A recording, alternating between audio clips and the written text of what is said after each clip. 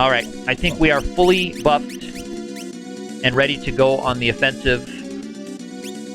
So what I'm going to do here is I'm going to wait for him to attack. And as soon as he attacks, I'm going to start going crazy in attacking with Ferris. So as soon as he does an ability, I'm just going to start laying into him. I have done 999 already with him that I did in the early phase of this fight. So that's 20,000 of them gone, and I want to try to maximize the damage I can put out to him before he gets off a casting of something silly like Meteo. So I'm going to get with the Apollo Harp, and that can target him, and look at the nice damage that it does. And even Jitterbug Duet's doing nice damage from the safety of the back row. Now his routine is going to be very dangerous here if I don't get a few more sword dances in a row. It's actually going to be, we're going to risk getting a Meteo, which actually could end this attempt right away. And you see the Harp does have a chance to miss. I need to pull off maybe one more sword dance. Okay, never mind. Did not need the extra sword dance. And on we go to Neo Exdeath. So, with our strength and speed cranked up as much as they are, Ferris should be able to deliver all the power that's going to be necessary to the Almagest piece from the safety of the back row. Bing the Bard will simply take his first two actions, casting from the Magic Lamp. Bahamut and Leviathan should both do very close to max damage to all four pieces of Exdeath. Once the Almagest piece has been neutralized, I will go after the Grand Cross piece, and even with that, we should be able to get the Grand Cross piece before it's able to fire off its first Grand Cross. At that point, we'll switch over to the physical piece, and as soon as the physical piece eats it, we will use Odin from the Magic Lamp to take out the final back part of Exdeath, the classic strategy that I like to do. I like to leave the magic casting part alive until the very end. Its attacks are easier to deal with, depending on your party configuration, of course. Alright, this is the Almagest piece. We're going to hope for sword dances here.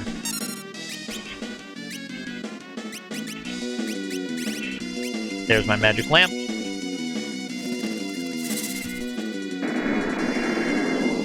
And this should do close to max damage again to all four pieces, but the piece I'm really concerned about is that bottom piece. There we go. That's the Almagest piece. It did 9996 to the Almagest piece. There's 9999. We have one more casting of the Magic Lamp. This one will do a little bit less damage than Bahamut, so maybe in the 8,000 range. Yeah, 7980.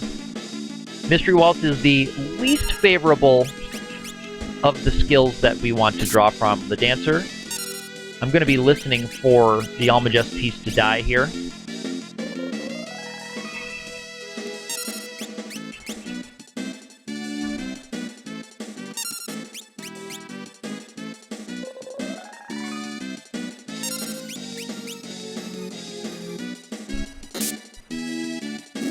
Okay, Almagest piece is dead. There's a physical attack from the front part, or possibly from the back part. This is the Grand Cross piece. It's classified as Dragon type in the code, so the Apollo Harp will deliver a critical hit to it.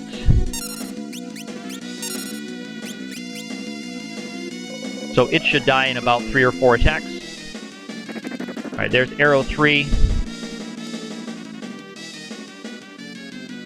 Okay, and there's it's threatening to use Grand Cross. I don't think it's going to get there. I'm going to heal just so that she doesn't get nerfed out.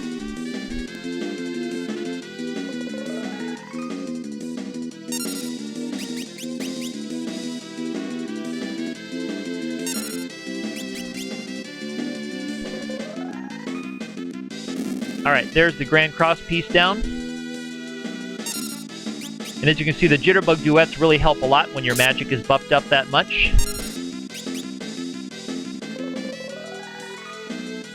And this should just take a couple of sword dances. The jitterbugs really help heal great amounts of damage when they roll.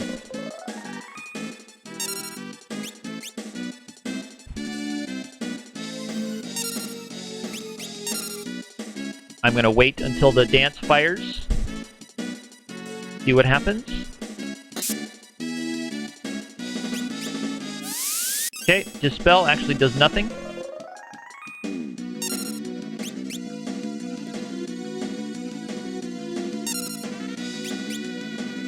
Alright, this might do it. That did it. Very good. And this magic lamp shot will take it out. That's the back piece done. That's the one that you saw cast Arrow 3 at me earlier. That back piece is, again, not super threatening. It doesn't act very quickly, and its attacks are a little bit more manageable than some of the other things like Almagest can be. But that was it. That was Exdeath and Neo Exdeath. And that brings our White Christmas special variant run to a close. I had a good time with this one. Again, the early game had some tricky spots, mostly relied on the dancer rolling up sword dance for some of the early game bosses. And the bard was really quite underpowered and mostly useless for a good chunk of World 1. Again, of course, until you started being able to pick up songs and bard equipment. But once this party was fully powered up and fully equipped, it really was a breeze towards the end there. And the level that they finished the game at, I know, is higher than you would normally think with a lot of parties. But some of that was from the early game, and a lot of that was just me not running from a lot of battles in the end game because they were simply easy to blast through. The ending is kind of glitching out on me. All that text is disappearing on me. But yeah, so in the end game, it was almost easier to just fight every fight because they could be ended so quickly. Where a lot of times in the last chapter of the game, I'll be running from most battles because enemies have too many hit points. These ones just were very easy to go through. Exdeath's Castle in World 2 was another kind of fun spot to fight battles, and I picked up a few levels there.